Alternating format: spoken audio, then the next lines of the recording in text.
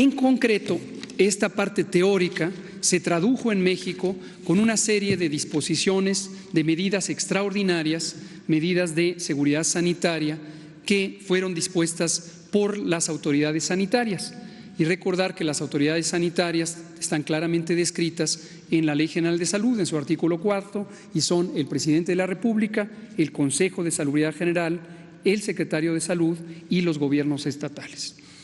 Estas medidas fueron dispuestas por la Autoridad Sanitaria Federal o Nacional y se resumen en esta diapositiva como la suspensión temporal de actividades académicas en todos los niveles educativos, en los sectores público, social y privados y en todo el territorio nacional. Asimismo, la suspensión de todas las actividades laborales no esenciales y igualmente en los sectores público, privado y social en todo el territorio nacional. Y en el acuerdo del secretario de Salud que dispone estas medidas, claramente se especificó cuáles son las actividades esenciales que podrían continuar, pero la enorme mayoría no podrían continuar por no ser esenciales. Finalmente, las actividades sociales también fueron suspendidas temporalmente y este es un conjunto amplio de actividades en donde hay congregación de personas y se puso un límite de 50 personas para que no se reunieran en plazas públicas, en jardines, en playas, en espacios culturales, en espacios recreativos o el turismo. Por ejemplo, también se suspendió la actividad hotelera, excepto en condiciones muy particulares, que fueron claramente descritas en lineamientos técnicos.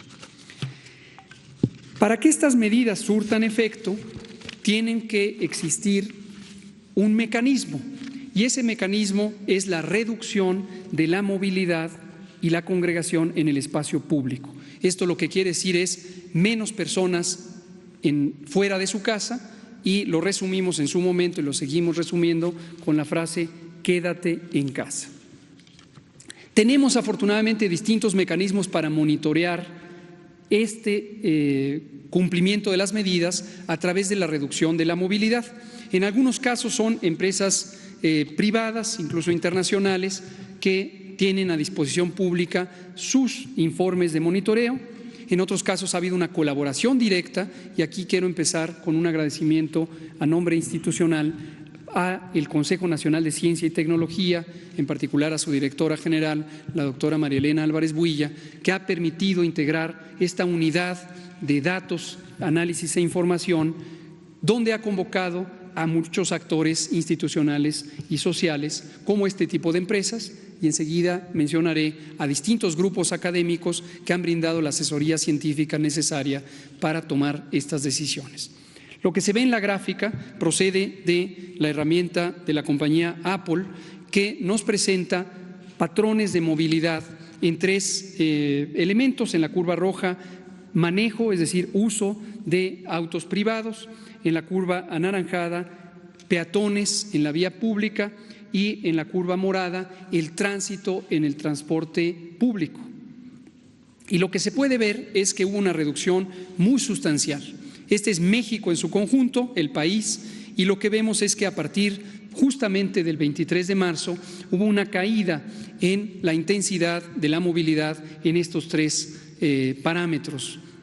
Vean ustedes que llegamos hasta reducciones de 73% en el tránsito en transporte público y de 60% en el uso de autos privados, con una cifra intermedia para los peatones.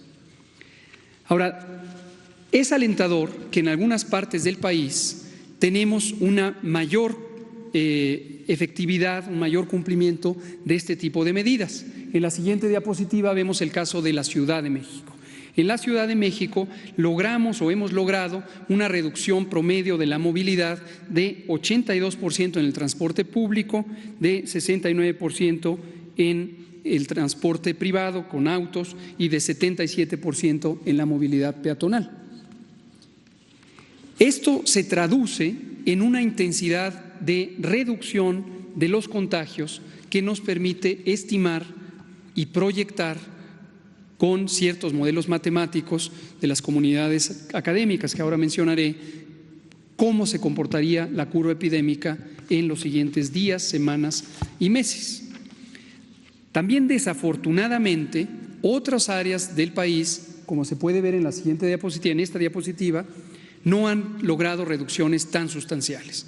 En particular, en la ciudad de Guadalajara, insisto, de acuerdo a este monitoreo externo al gobierno mexicano, de hecho externo al país, se aprecia que solo se ha logrado una reducción de 62% para la movilidad peatonal y 61% para el manejo de autos privados.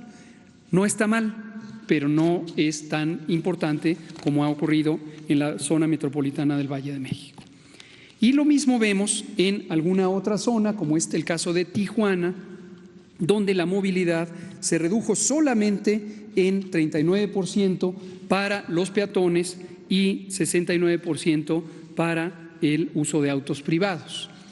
Y esto quiero destacarlo porque ayer por la noche comentábamos lo que acaba de mencionar el presidente. Estamos muy agradecidos con las distintas personas individuales que, a pesar de que esto significa una adversidad muy importante, porque se reduce su ingreso diario y también se afecta su vida cotidiana, su vida en familia, su vida en comunidad, han acatado estas medidas con extrema responsabilidad. Finalmente, estos patrones de movilidad representan personas de carne y hueso que tienen una experiencia vital, una experiencia humana, y se les ha afectado la vida cotidiana, se nos ha afectado a todos y todas, pero estamos conscientes de por qué lo hacemos. Lo hacemos con un propósito, que es lograr reducir los contagios para tener menos casos, para que no se saturen las unidades de salud, se pueda atender a todas y todos los enfermos y reduzcamos la mortalidad. Ese es el propósito y en eso ha habido un gran compromiso de la sociedad. Pero desafortunadamente hay algunos actores de la sociedad, y ayer explicamos que se trata de algunas empresas privadas grandes, que no solo no acataron las medidas en forma inicial, sino que ante un apercibimiento por parte de la autoridad laboral se negaron a responder a estas medidas. Y ayer comentamos justamente lo que procederá ahora en términos de la investigación y las sanciones correspondientes, porque es muy preocupante que esto dificulte las medidas. Entonces, aquí ponemos el ejemplo de Tijuana porque tenemos que tener claro además que hay una relación directa entre las medidas de la fase 2, reducir la movilidad en el espacio público, y lo que vamos a tener en la fase 3. Lo hemos dicho todos los días. Si no se reduce la movilidad, vamos a tener más casos. Por eso dijimos que era la última oportunidad de lograrlo cuando anticipamos las medidas de la fase 2, y lo hemos dicho todos los días. Tenemos otros indicadores también procedentes de la colaboración, nuevamente, que se ha articulado, y agradecimiento a estas empresas. A través de Facebook podemos también tener monitoreos confidenciales, que quede muy claro, aquí no está en juego la identidad de las personas, de los usuarios de redes sociales. Hay un monitoreo automático en términos numéricos, pero nada se compromete la identidad de las personas ni su información privada. En la siguiente se ve el caso de Twitter. Las gráficas, desde luego, son demasiado pequeñas para que se distingan a qué corresponden, pero son los 32 estados y este es un monitoreo diario de movilidad, y lo que pueden ver de manera gruesa es donde bajan esas curvas, es una reducción, y se corrobora que hay reducciones hasta del 60-70% en algunos estados, pero también en otros se corrobora que no se redujo sustancialmente la movilidad.